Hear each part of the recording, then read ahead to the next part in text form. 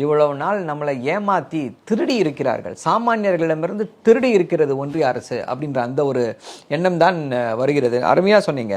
இப்போ பண்றாங்க, இதே 10 வருஷத்துக்கு முன்னாடி பண்ணல. தீபாவளி பரிசு அப்படின்றாரு, ஏன் 2024 தீபாவளிக்கு இந்த பரிசை கொடுக்கல?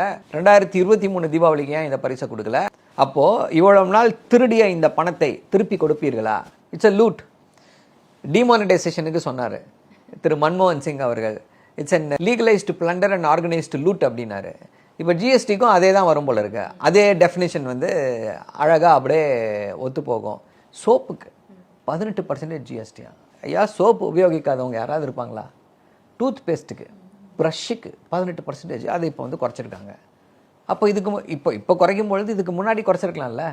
பீகார் தேர்தலில் எப்படியாவது ஜெயித்து விட வேண்டும், சார் ஃபெயிலியர் ஆகிடுச்சு, இப்போ இதை வச்சு ஏதாவது பண்ண முடியுமா அப்படின் போது, ஆனால் இது மக்களிடையே ஒரு எதிர்மறையான விளைவை ஏற்படுத்தி இருக்கிறது.